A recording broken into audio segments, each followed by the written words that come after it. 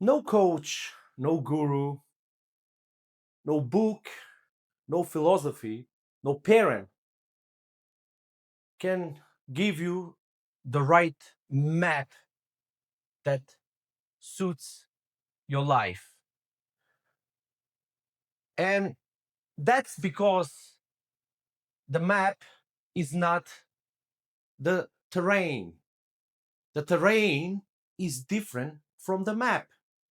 Map is just other people's life, other people experiences compressed in the mental image. And of course, you can use those maps as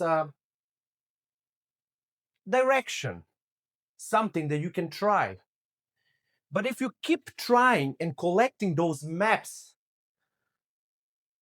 as something that can promise certainty in your life, then you're gonna keep looping around with no end, and you will always be stuck in a position of a map collector, of a learner, of a mental gymnastic than someone who walk its own experience.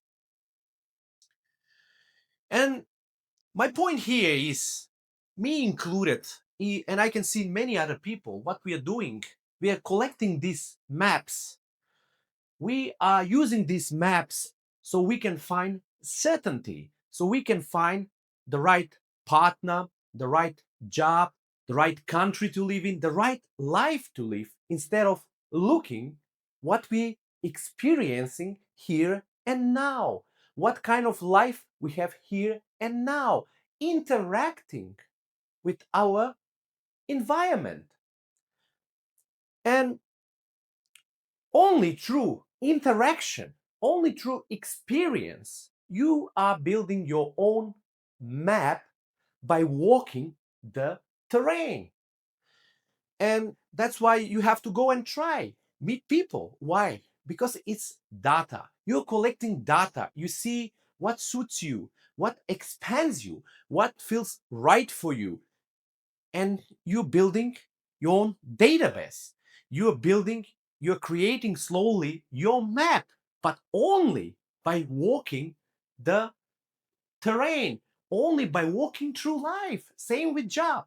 If you never apply for a job, if you never worked before, you cannot just sit down and keep thinking what is the right job for me, and keep drilling and um, just going around and getting advices around the place from different people or different philosophies of different lecturers or parents, because you are the one who has to answer this question, and you cannot ask this question before you try, before you go and you work. You try one job, you try another job, you see what suits you, you see what is your energy level, you see what fills you, what drains you. You experience the environment, you experience something that is alive instead of kind of a compressed in a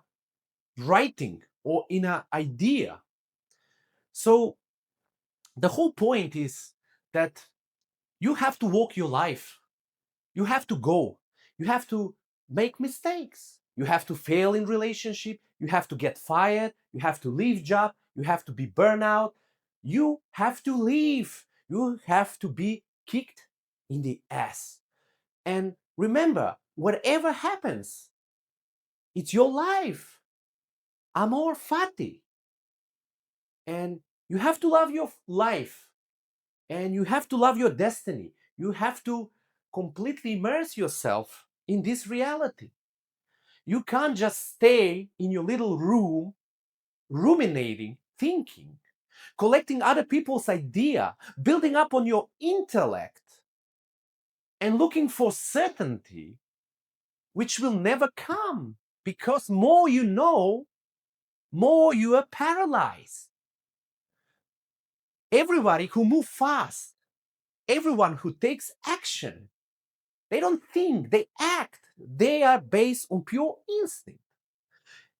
And that thing also, there is a shortcoming to that kind of life.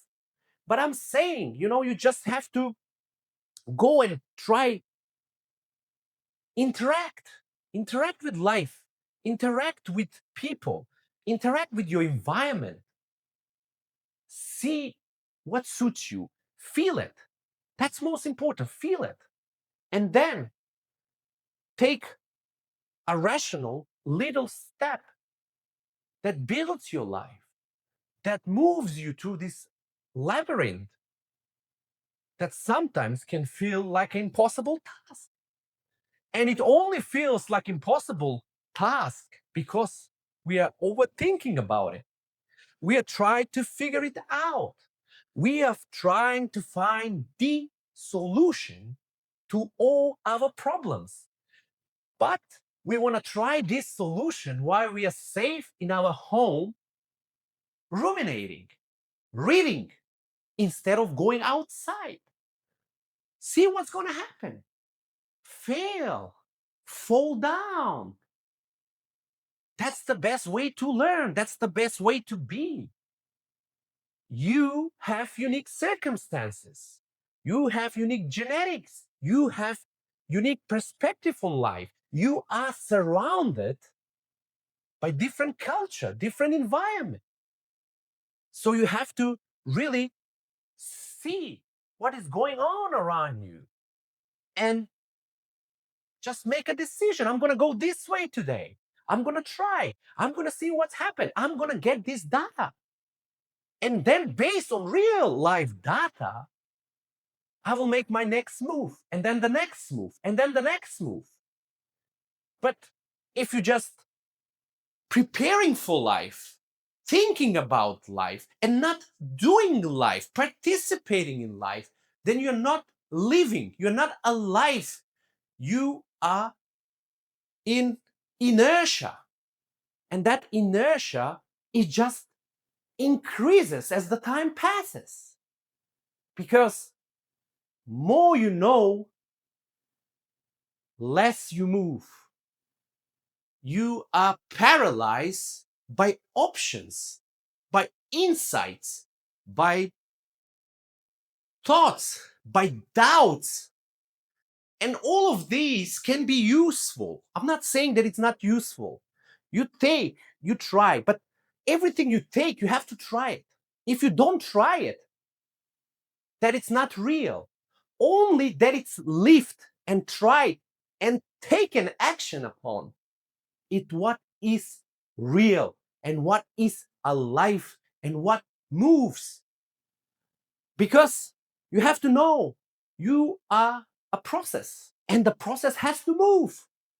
Without that, you are just standing, looking at your own emptiness and trying to fill it up with more information. But not alive information. You are accumulating information that someone that was or used to be alive expressed it. And they're maps. Those are the maps. So I want to ask you one question for you to think about it. Where do you overthink? Where do you try to find certainty in your life? Where do you try to find this holy grail, this holy info that will unlock you and unlock your life instead of you walking this life?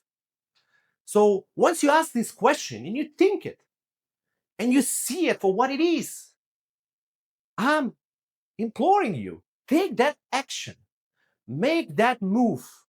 Not because anyone else tells you to do it, but because you know that the only way to live and to be alive is to move and is to interact to what is alive.